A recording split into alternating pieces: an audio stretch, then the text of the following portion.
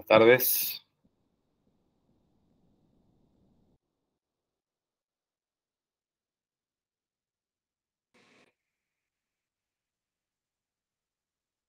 Bueno, buenas tardes a todos. No sé si está Horacio también ya conectado.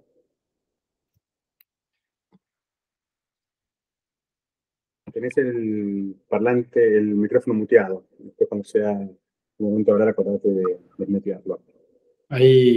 Ahí lo saqué, Álvaro, pero lo pongo Bien. para no interrumpirte.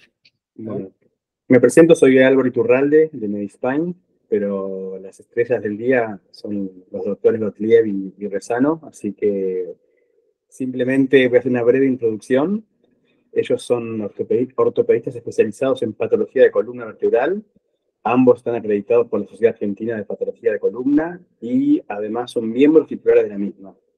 Trabajan en equipo y son los encargados de toda la patología, tanto del Sanatorio Tamendi como del Hospital Sirio-Libanés de la Ciudad de Buenos Aires. Trabajan juntos hace muchos años y están muy familiarizados con la cirugía mínimamente invasiva. Así que bueno, hoy vamos a hacer una presentación de diferencias y casos de OLIF versus de LIF. Y les pido lo siguiente: si quieren hacer consultas, pueden escribirlas en el chat, yo las voy recompilando para que al final pasárselas a los doctores y puedan responderlas. Y también en el final, si el tiempo nos da, vamos a abrir el micrófono para que haya otras consultas que puedan hacer. Arranca Juan, ¿no? Así es. Perfecto, lo dejo con ellos.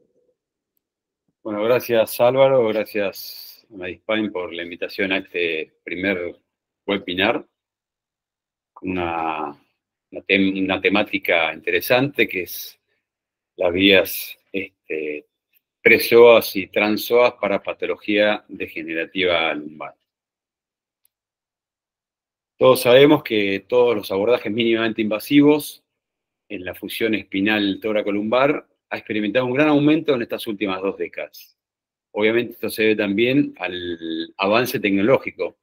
Hoy en día disponemos de sistemas de tornillos con tulipa extendida, separadores tubulares, palvas retráctiles, en algunos lugares ya tienen neuronavegación y robótica. Todo esto hace que podamos hacer incisiones cada vez más pequeñas, logrando el objetivo que hacíamos antes con las incisiones abiertas. Dentro de estos avances, estos 2 abordajes, la fusión intersomática lumbar oblicua y la fusión intersomática lateral extrema, son técnicas novedosas que nos brindan ventajas únicas para acceder a la columna lumbar en comparación con las técnicas tradicionales. Ya todos los conocemos, si bien decimos novedosas, pero ya hace varios años que esto se estaba utilizando y como se vio que la bibliografía también avala estas técnicas, comparativamente, al igual que las técnicas tradicionales, los resultados para las fusiones toracolumbares son excelentes. La cirugía mínimamente invasiva, como todos sabemos, lo que hace es la mínima disección de partes blandas. Esto se asocia a una menor pérdida sanguínea, un menor dolor postoperatorio, con un tiempo de evolución más rápido. Esto hace que las estancias hospitalarias sean más cortas y, a su vez, menores tasas de infección. Como dije antes, existe mucha literatura. Perdón, Juan. ¿Perdón? Perdón, Juan, ¿estás con la presentación? Porque no ¿Sí? se está viendo. ¿No se ve? No, te estamos viendo a vos nada más. Ah, perdón, me hubiesen avisado antes. Perdón, vamos de nuevo.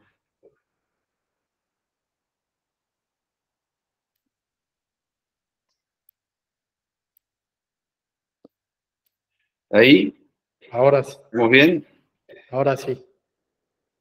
Bueno. Vamos a arrancar de acá, que venimos acá. Tenemos mucha bibliografía, como bien dije, que compara los resultados con las técnicas abiertas tradicionales. Cuando la técnica de vía trans-psoas en el 2006 comenzó, vemos que exponencialmente fueron creciendo los trabajos, publicando sus resultados, lo mismo que la técnica pre-psoas a partir del 2012, unos años más tarde, también tuvo un crecimiento mostrando sus resultados. Como todos sabemos, ¿cuáles son las ventajas de la vía tanto pre-psoas como trans-psoas? Primero, hay una visualización directa del espacio discal, lo que nos permite hacer una preparación más extensa de todo el disco. Podemos colocar cajas más grandes que abarcan todo el ancho del cuerpo vertebral. Esto facilita la fusión intersomática.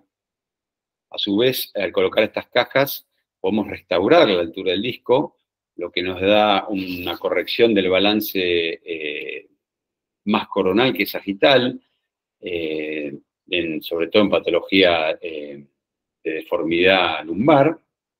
Y a su vez, esta restauración de la altura del disco nos permite hacer una descompresión indirecta sin necesidad de tocar los elementos posteriores. Obviamente que tenemos muchas ventajas, como recién dije, pero también tenemos complicaciones. ¿Por qué? Tanto una vía como otra, obviamente si nos vamos más hacia adelante del psoas, nos vamos a encontrar con órganos nobles, con los vasos, con el ureter, por ejemplo, el colon.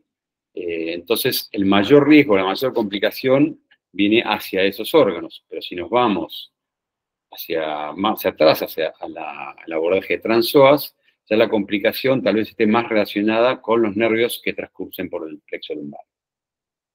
Las complicaciones son, como toda la bibliografía la publica, extensas, pero nosotros vamos a tocar estos 3 puntos: las complicaciones neurológicas, las complicaciones vasculares y la subsidencia, que creemos que son los más frecuentes, sobre todo en las vías de abordaje de este tipo. Vamos con las complicaciones neurológicas del OLIF, o sea, de la vía oblicua o pre-psoas.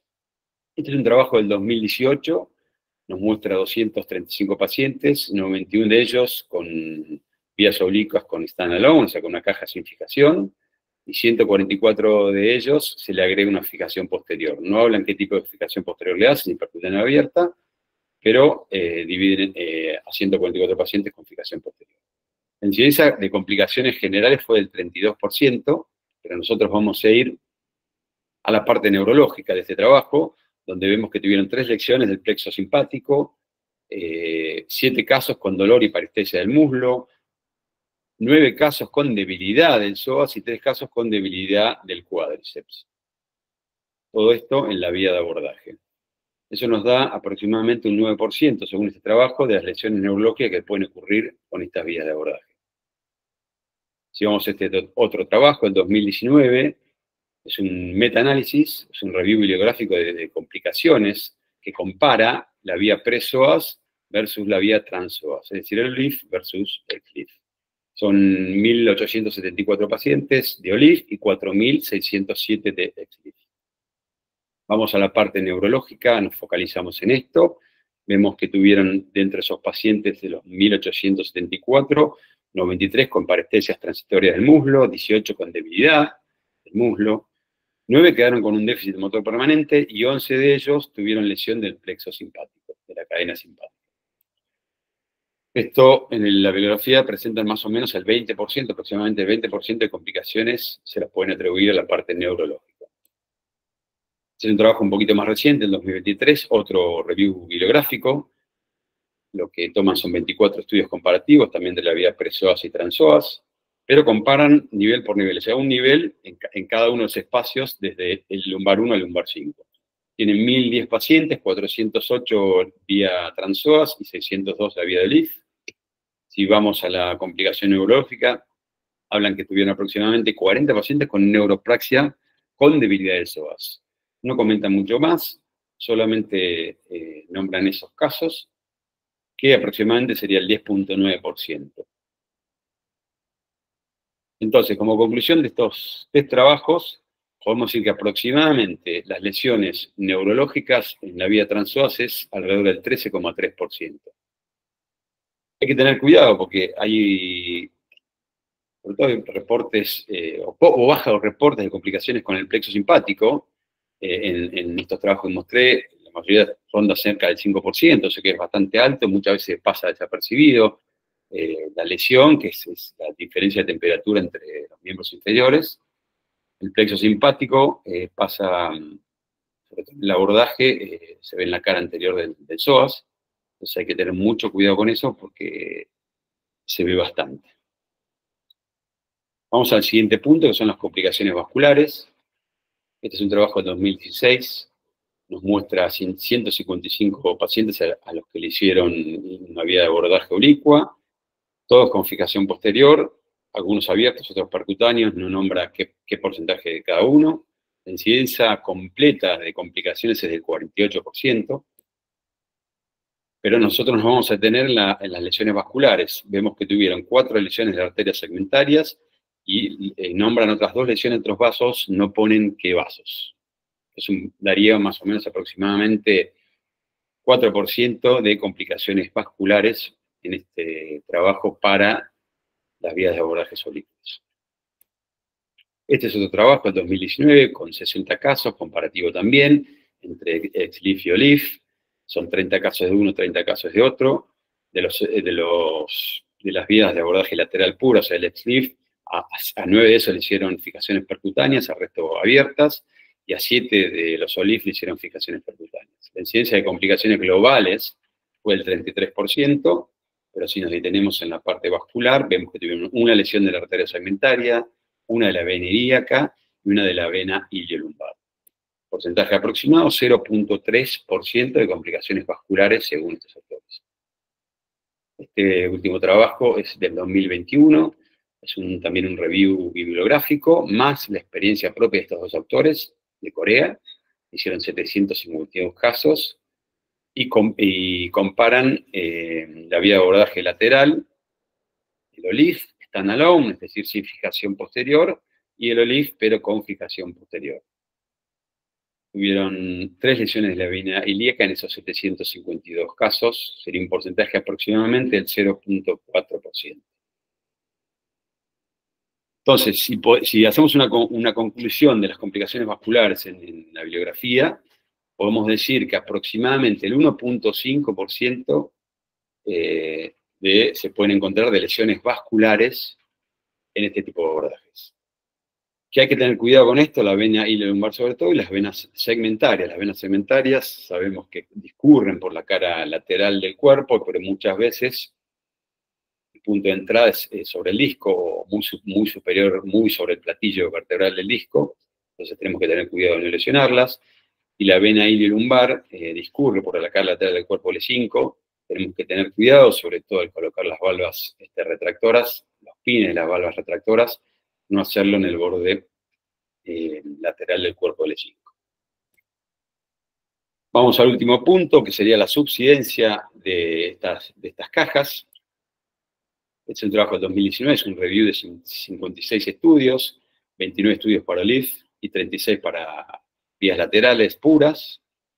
Es comparativo, lograron evaluar 2.852 pacientes, 1.300 de vía pre-psoas, 1.548 de vía trans-psoas.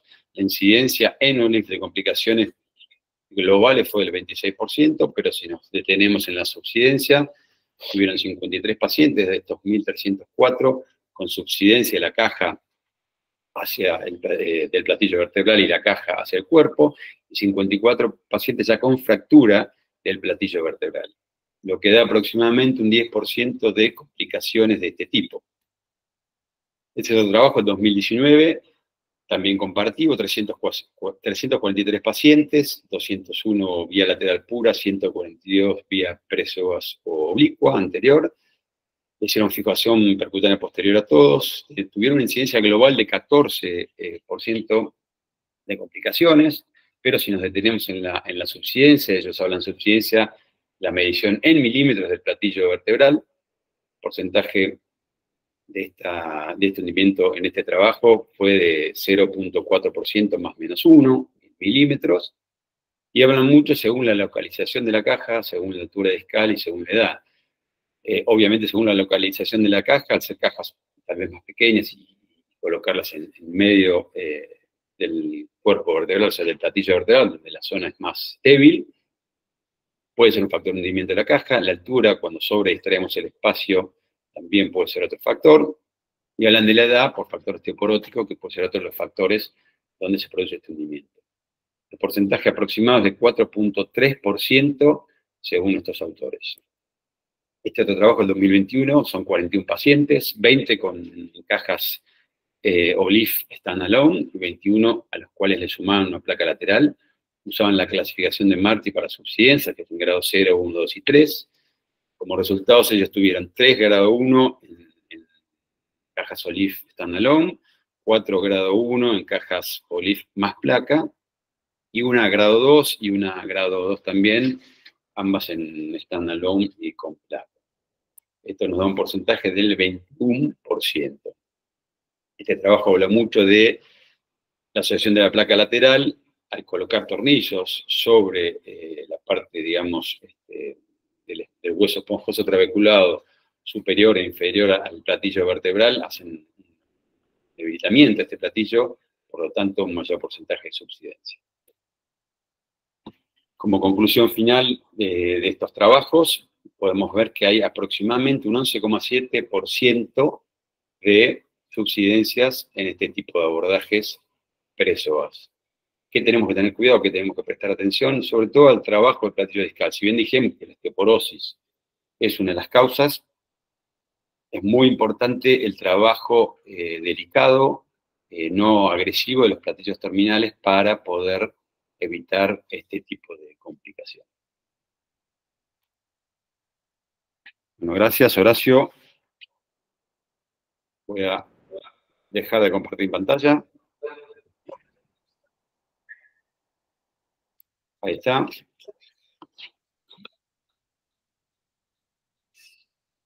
Ahí voy, compartir pantalla. Bien. ¿Se ve ahí? Juan. Perfecto, se ve. Ahora un segundo.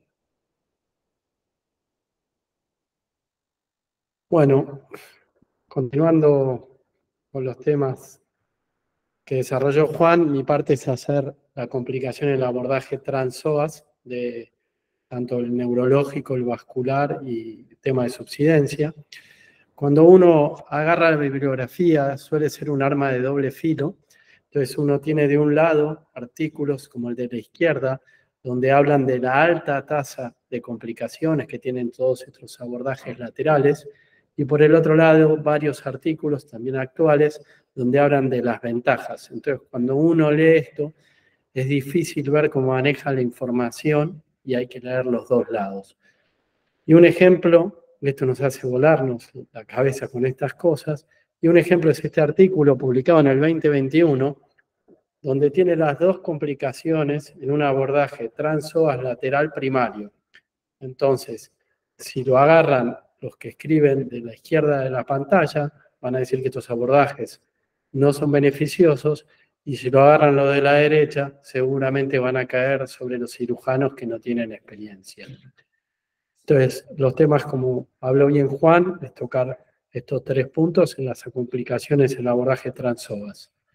Punto 1, empezamos por los vasculares. Este es un trabajo, también ahí lo mencionó Juan, que es un review publicado en abril del 19, donde habla de las complicaciones que tenemos en los dos tipos de abordajes y identifica 254 casos, en los cuales tras hacer el screening y ver los duplicados, terminan siendo incluidos esta cantidad de trabajos, son 40 para los XLIF para los XLIF son 39 complicaciones y 19 por subsidencias. Se sacan los trabajos del espacio L5-S1 y en cuanto al abordaje trans-psoas quedan 4.607 pacientes.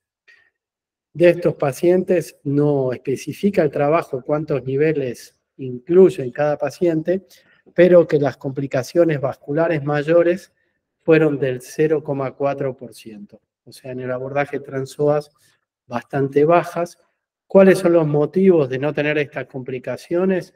Bueno, al hacer abordaje trans-psoas, esto nos cubre de no irnos hacia anterior.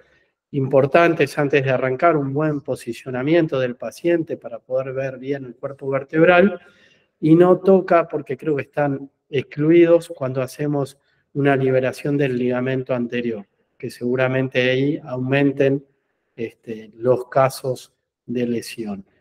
Y las conclusiones de estos reviews también es el uso de tomografía con contraste para la ubicación de las estructuras, tanto vasculares, neurológicas, el uréter, que en nuestro caso, la verdad, no lo usamos de rutina el uso de la tomografía.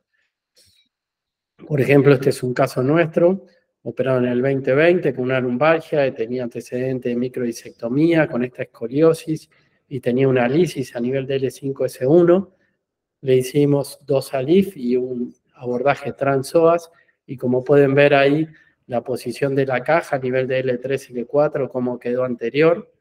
Acá se ve la tomografía y pueden ver a la axial cómo rompió el ligamento. Y bueno, tuvimos suerte de no generar una lesión vascular y creemos que fue esto por el mal posicionamiento en el momento de la colocación del implante.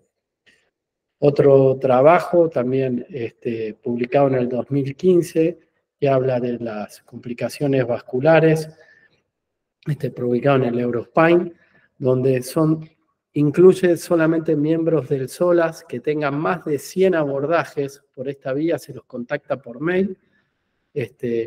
Quedan 77 cirujanos, 40 son ortopedistas y 15 son neurocirujanos. El total son 13.000 niveles, y las preguntas que se les hace si tuvieron infecciones, lesiones del colon o del sello o lesiones vasculares graves. Se fijaron todas estas preguntas que les hicieron las complicaciones y encontraron dentro de la lesión vascular el 0,1%.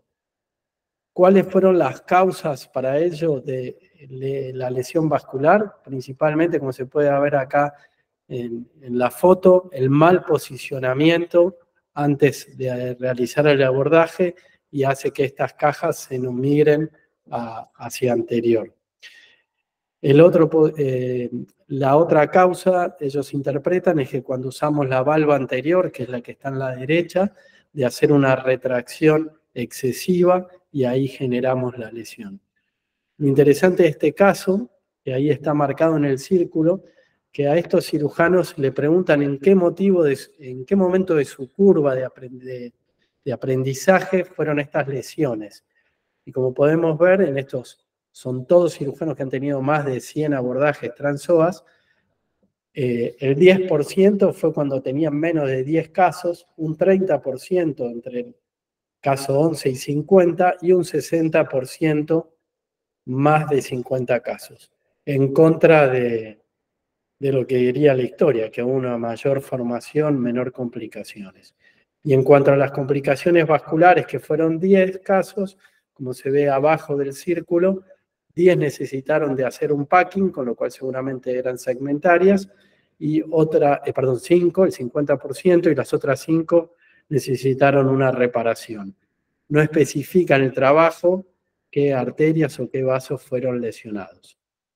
Un tercer trabajo, también publicado en el Journal de Neurocirugía, es multicéntrico retrospectivo, casos entre el 2008 y 2014, fueron casi 4.000 niveles de abordaje trans-psoas y encontraron 7 casos con lesiones vasculares, todos estos con hematoma contralateral, que estos implicaron el 0,18% de la muestra.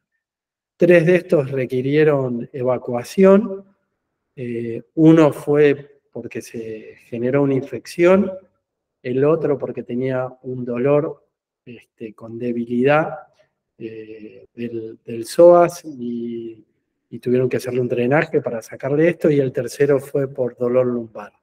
Las causas en este trabajo, como se puede ver ahí en la foto de la derecha, es por la lesión de la segmentaria, y ahí en la línea apuntada se ve que generalmente es por no estudiar si hay una anomalía de esta arteria, y eso genera, cuando pasamos el relojito para romper del otro lado, generamos una lesión de esta arteria, y ahí se puede ver el hematoma.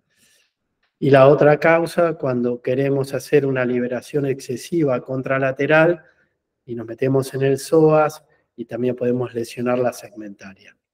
Entonces, las complicaciones vasculares para el abordaje trans-psoas, la bibliografía va del 0,1 al 0,4%.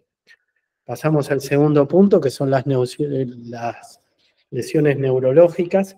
Este es un artículo, un review, donde busca 25 o 26 artículos publicados ahora en el 2023, en septiembre del 2023, si no recuerdo mal, donde busca las complicaciones que tienen estos videos de abordajes.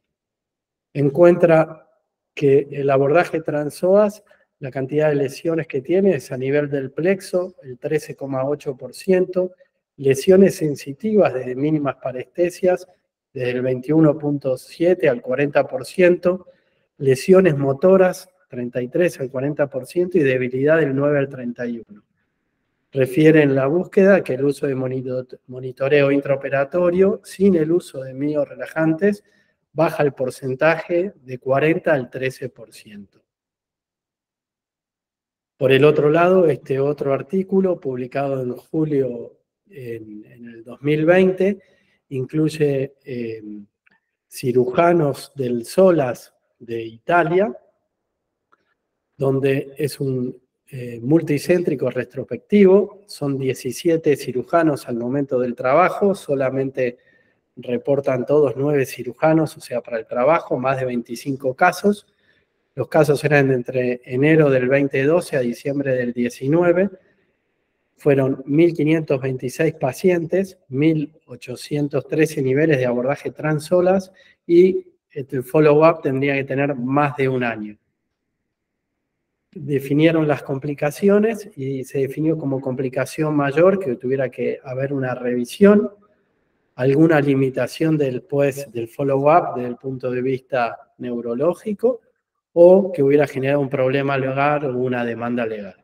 El índice de complicaciones desde el punto de vista neurológico para este trabajo retrospectivo fue del 0,7% y se incluían complicaciones menores, que eran parestesias transitorias, llegaba al 5%, en comparación con el otro trabajo que hablaba casi del 40% de complicaciones neurológicas.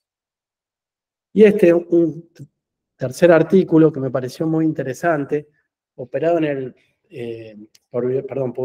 2022, donde habla del nivel que tiene mayor cantidad de complicaciones, que es a nivel de L4, L5, y en posición prono, no en decúbito lateral, con el cual el psoas se nos viene a la incisión. Fue un trabajo retrospectivo, pacientes de entre febrero del 2020 a junio del 2021, un follow-up mínimo de 6 meses, y esto incluía 29 pacientes y las complicaciones neurológicas eran del 34%, desde una leve parestesia que se puede dar por cuando uno genera el desgarro del psoas hasta una debilidad marcada.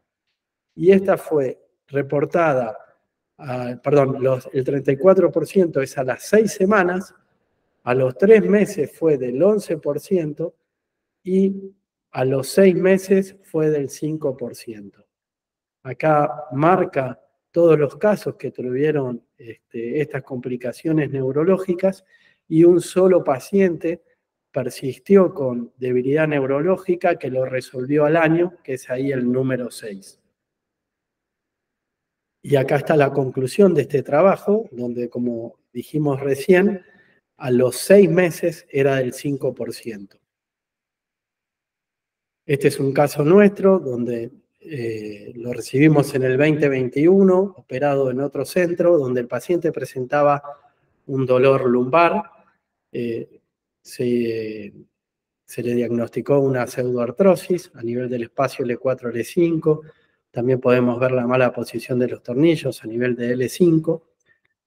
La tomografía de cómo está la posición de los implantes, la resonancia de ese entonces, y nosotros lo que le hicimos fue una revisión, cambiamos la posición de los tornillos, hicimos un abordaje TransPsoas a nivel de L4, L5, a nivel de L5 S1 estaba pegado, y cuando se despertó el paciente con potenciales y todo eso, empezó con debilidad del psoas y del cuádriceps, del lado de la entrada, del izquierdo, que tardó un año en recuperar. Este es el control del paciente. Entonces, las complicaciones neurológicas, por lo que estuvimos viendo en estos trabajos y la bibliografía, que incluye de leves parestesias hasta una debilidad motor marcada, van del 30 al 40%. En cuanto al tercer punto, que es de la subsidencia, este es un trabajo donde hace comparativo entre abordaje pre-SOAS y trans-SOAS, publicado en el 2023. Es un metaanálisis, un review, donde busca comparar estas dos técnicas, hace búsqueda en 3 bases, en PubMed, en CINAHL y en Scopus, y busca en criterios de inclusión es un nivel de fusión, medición de radiografías previas y posoperatorias y las complicaciones. Desde 2.154 trabajos, quedan incluidos 24 trabajos, 10 para OLIF, 13 para XLIF y uno que marca combinado. Ahí marca la cantidad de niveles en cada técnica. En el caso del abordaje trans-SOAS fueron 602 niveles. Y de los 602 niveles se encontró una pseudoartrosis del 6.0 y una subsidencia, habiendo fusión en algunos casos, del 14,3%.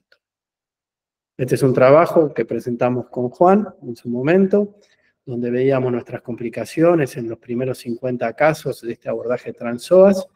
Fue nuestro un review, pacientes operados entre el 2015 y el 2018, incluía 50 pacientes con 76 niveles y una subsidencia nos dio nuestra muestra del 10%. Acá en la foto muestra cómo se rompió un cuerpo vertebral, se fracturó un cuerpo vertebral. Otro acá, cuando estuvimos trabajando en el segundo nivel, ahí como por una mala técnica hemos roto el emplate de ese cuerpo vertebral. Y la subsidencia entonces para el abordaje trans-SOAS va desde el 10 al 14%, como explicó Juan recién, muchas veces depende más de la técnica que usamos. Nosotros en la preparación de los templates y en la agresividad que hacemos mientras realizamos estos procedimientos. A nivel de conclusiones de estas 3 complicaciones, entre un abordaje pre-SOAS y un abordaje trans-SOAS, hemos visto que a nivel neurológico el abordaje del OLIF tiene un 13% de complicaciones neurológicas y el trans-SOAS en la bibliografía va del 30 al 40%, que a nivel vascular es 1.7 en el OLIF, de 0.1 a 0.4 en los abordajes trans-SOAS, siendo más marcada el abordaje pre-SOAS.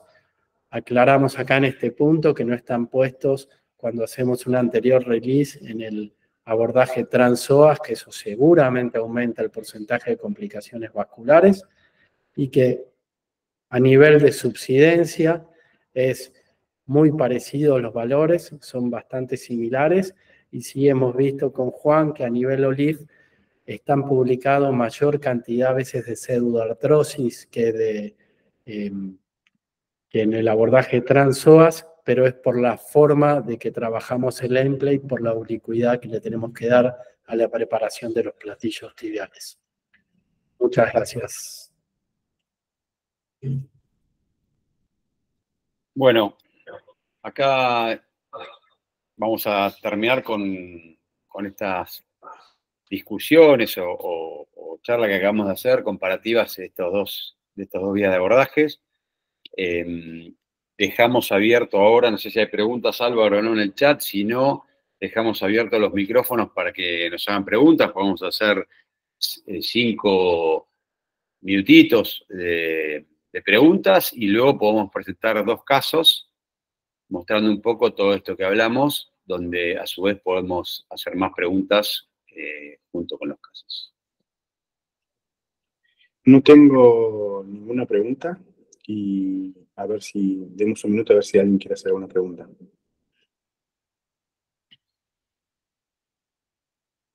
Bueno, mientras, bueno, ahí veo que hay preguntas o no, ¿sí?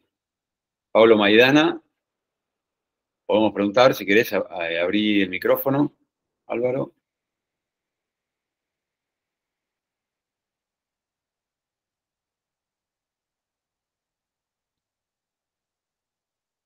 Maidana.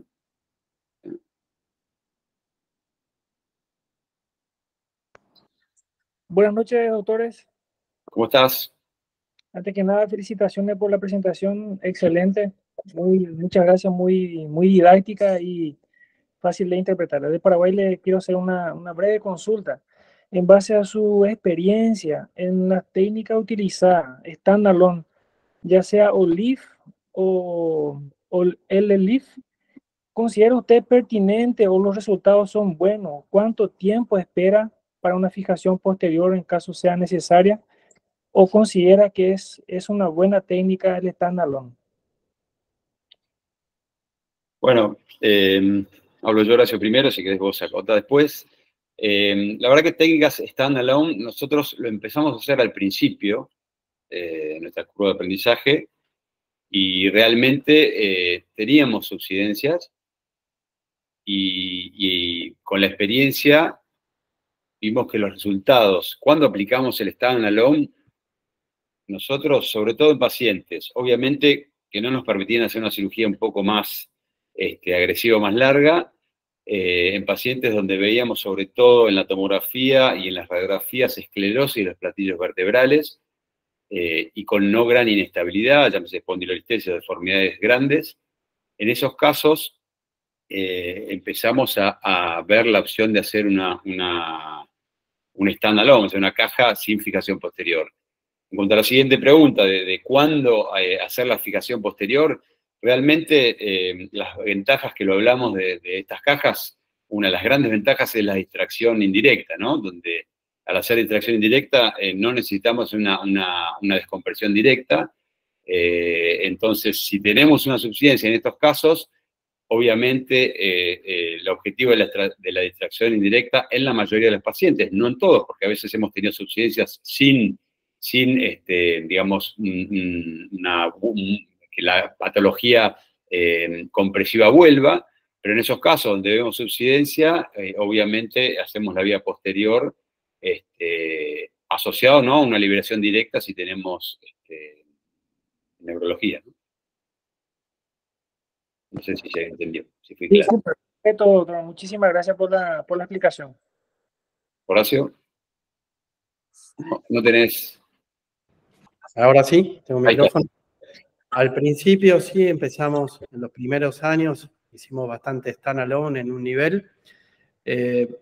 Como te explicó Juan, tuvimos eso con todas las condiciones que teníamos.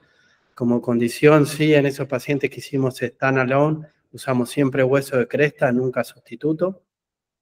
Si íbamos a usar sustituto, complementábamos con vía posterior. Nos animábamos solamente a un nivel.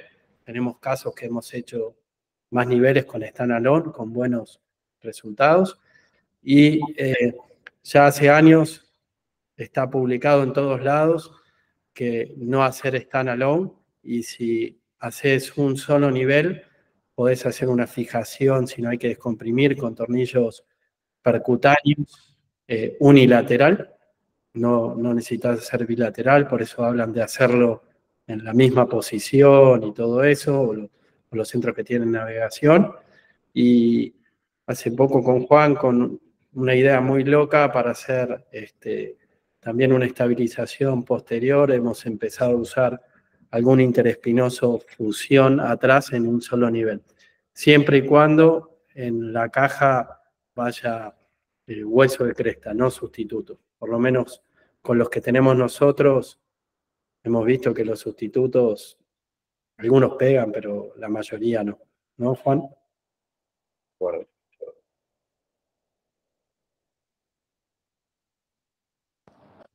Súper, muchas gracias, doctor, por su apreciación, o sea, su comentario y gracias por la respuesta. De nada. Otra pregunta.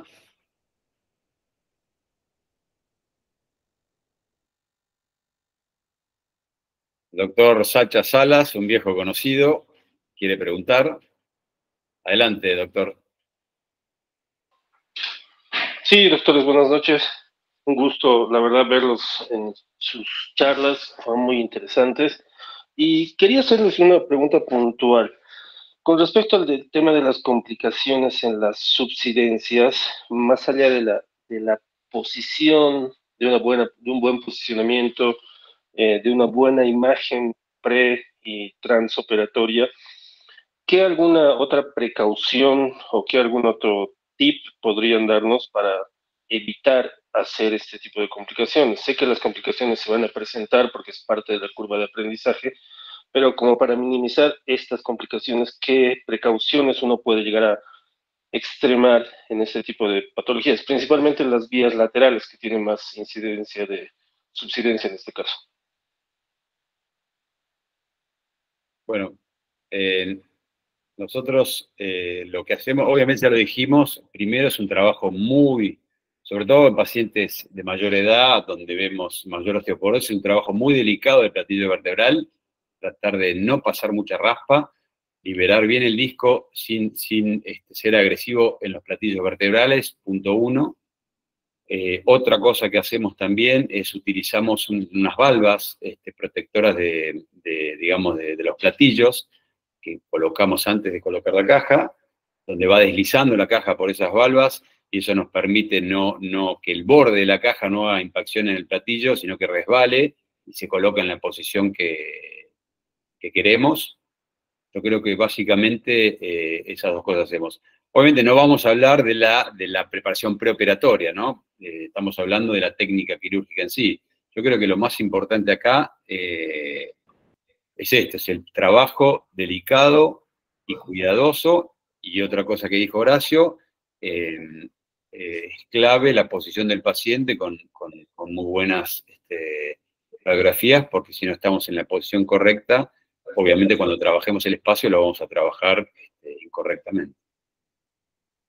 Y después otro trip que hacemos cuando son pacientes añosos, quizás cuando ponemos el implante, ponemos un implante un poquito más largo, cosa que pase del lado lateral y quede un poquito afuera, no genera problema en el psoas, obviamente evitarlo de las complicaciones que vimos, del hematoma del lado contralateral, pero siempre tratamos de poner una caja más grande.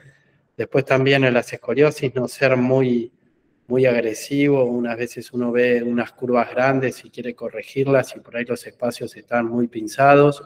Nos ha pasado eso y mirar bien en la tomografía que esos espacios, si queremos ser agresivos, que tengan aire, ¿no? Que haya un neumodisco.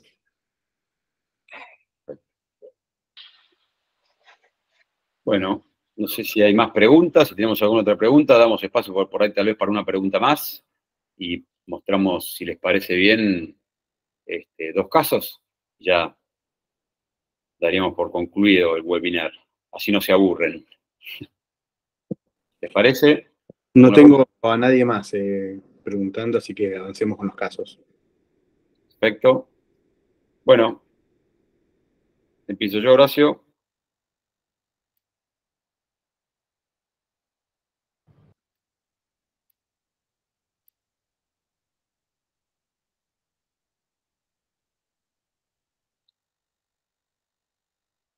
Avísenme si se ve, por favor. ¿Se ve? Sí, se ve, Juan. Perfecto. Bueno, vamos con este caso, vamos a hacerlo rápido, así tenemos tiempo a preguntas y tiempo a mostrar 2 casos.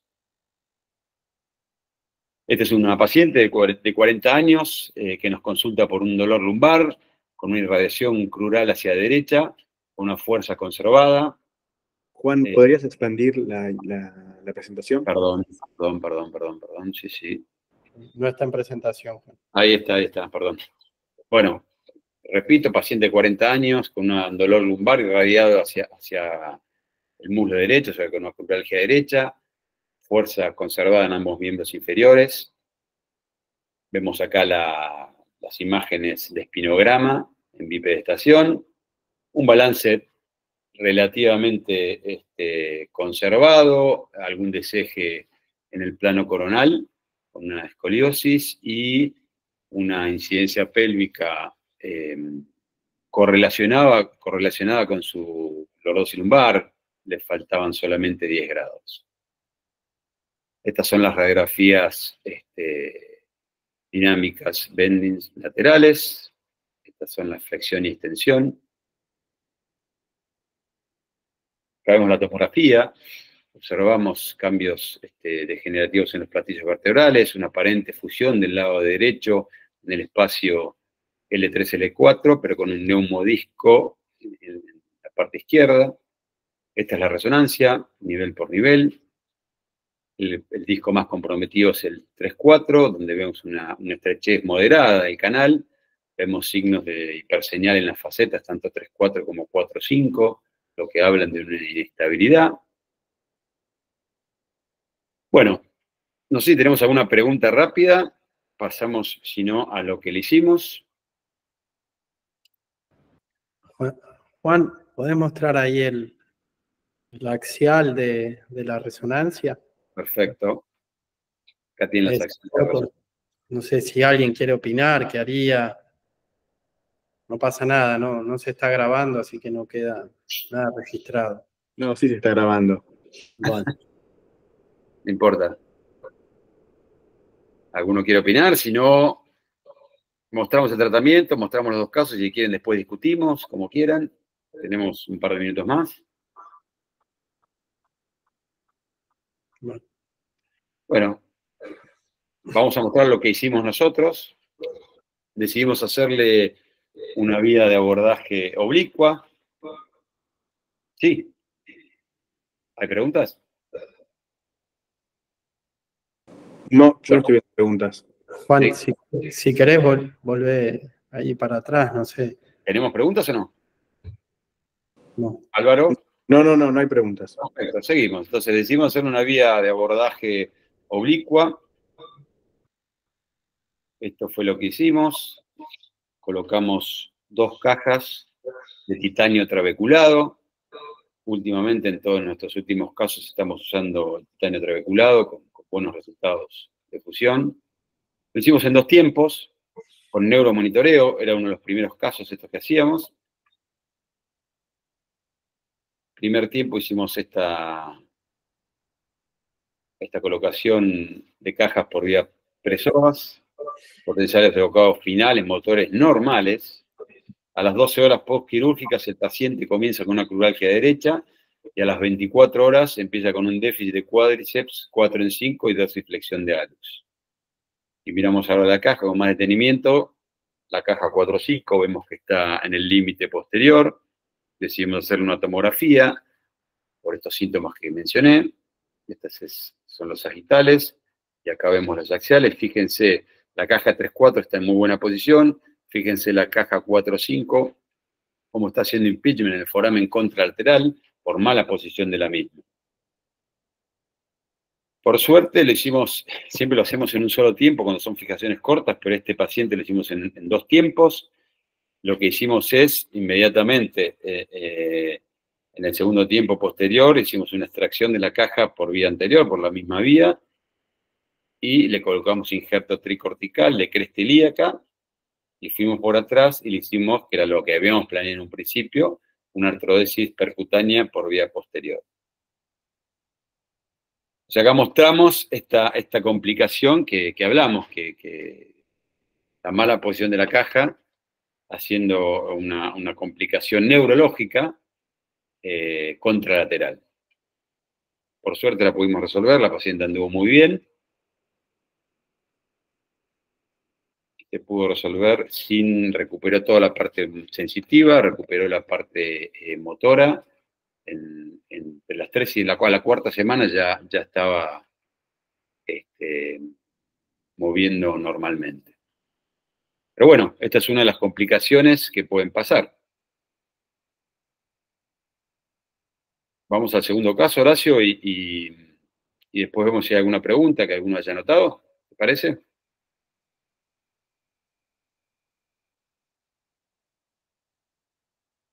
Voy a dejar de compartir. Estás muteado, Horacio.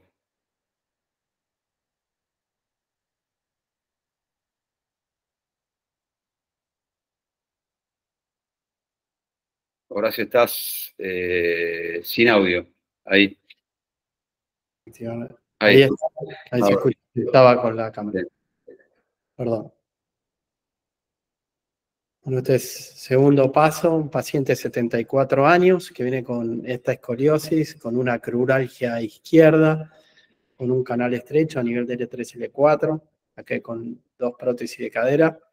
Esto es el espinograma, esto es año 2017. La medición en su momento de cómo su balance, su incidencia pélvica en el plano coronal. Los bendings de cómo corregía este paciente. No son buenas, pero máxima flexión y extensión. La resonancia a nivel de L2, L3, donde miramos bien cómo está el psoas, si está pegado o no al cuerpo vertebral. A nivel de L3, L4, cómo se ha disminuido también el canal. A nivel de L4, L5 y L5, S1. Las cortes sagitales de la resonancia. Mandamos a hacer unos bloqueos, ahí podemos ver a nivel de L4, L5 y L3, L4 que el paciente respondió bien. Vuelve al tiempo ya con un dolor aumentado y una posición antálgica que le aumenta la curva. Y bueno, ¿qué le harían? Pregunta si alguien quiere opinar algo hasta acá, ¿le queda alguna duda? Si hay alguna duda me avisan. ¿Alguna pregunta, Juan o Álvaro, que haya? Por el momento no. No sé si alguien quiere preguntar algo. Lo que tienen que hacer es tocar donde está la manito para que les habilite el micrófono luego. Juan, ¿algo que dirías? ¿Vos dónde frenarías? Bueno, obviamente, yo el caso lo conozco, porque lo hicimos juntos. Yo creo que prestaría atención a varias cosas, porque tenemos estamos en una pequeña deformidad, no grave, con una deformidad en el plano coronal leve y el plano sagital se lo ve bien, pero tenemos discopatías degenerativas a todos los niveles lumbares. Prestaría atención a eso, prestaría atención a poner la primer diapositiva de todas, a los síntomas, porque acá tenemos dos cuadros, tenemos un cuadro de lumbalgia, que nos habla un poco del dolor mecánico y de la inestabilidad, y tenemos un cuadro de canal estrecho, o sea, tenemos compartidas las dos cosas. O sea, si pensamos resolver solo el problema de la estrechez y no preocuparnos por el desbalance, o no. Yo esas dudas me plantearía. Pero bueno, creo que si no hay preguntas, mostrar directamente la resolución. Bueno, ahí tuvimos en cuenta, yo no me detengo el mouse, cómo está el psoas pegado al cuerpo vertebral para nuestros abordajes, a nivel de L2, L3, a nivel de L3, L4, como se ve bien pegado al lado izquierdo y no del derecho, 4, 5, cómo está abierto, para el tema de las técnicas, y bueno, 10, 5, 1. Bueno, lo que decidimos fue un primer tiempo, hicimos un abordaje de transpsoas a nivel de L2, L3 y L3, L4, no en 4, 5 porque no nos daba, y ahí ya pueden observar como en el perfil, en la foto de abajo a la derecha de la pantalla, cómo se ven las dos cajas metidas en el cuerpo, haciendo una subsidencia. Esto fue un error de técnica nuestro, era dentro de los primeros. Ahí es como corrige la curva, lo dividíamos en dos tiempos en ese entonces, y después le hicimos la descompresión posterior a nivel de L3, L4 y 4, 5, y esta artrodesis instrumentada de T12 a sacro. Ahí se puede ver cómo están las dos implantes metidos en el cuerpo de L3. Esto es posoperatorio inmediato. Esto es el paciente a los 40 días posoperatorio. Ahí comparamos, ha perdido el nivel por dolor, pero venía con el posoperatorio. Comparado en el frente, como había corregido. Esto es a los 3 meses posoperatorio que empieza a corregir por la posición del dolor y se ven las cajas ahí como están metidas en el cuerpo de L3. 6 meses posoperatorio. 9 meses postoperatorio, ya como corrige el balance en el plano sagital. Octubre, obviamente los valores no son increíbles. 1 año postoperatorio, la paciente siempre sin dolor, o sea, el dolor lumbar al principio post cirugía.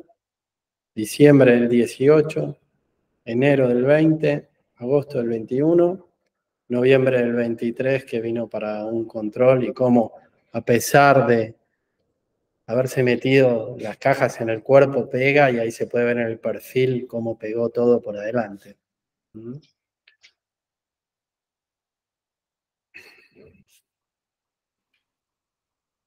Bueno, un poco queríamos mostrar, como el tema era de complicaciones, queríamos mostrar un poco las complicaciones propias, ¿no? No de la bibliografía. Vimos como conclusiones que tenemos, depende del abordaje que utilicemos, vamos a tener más complicaciones vasculares o neurológicas. Yo creo que esas son las dos discusiones que vimos hoy, según el abordaje que utilicemos. Y otro punto a tener en cuenta es que uno, a medida que va ganando experiencia en estos abordajes, al principio, en los primeros casos, siempre uno tiene complicaciones desde el punto de vista del abordaje en sí.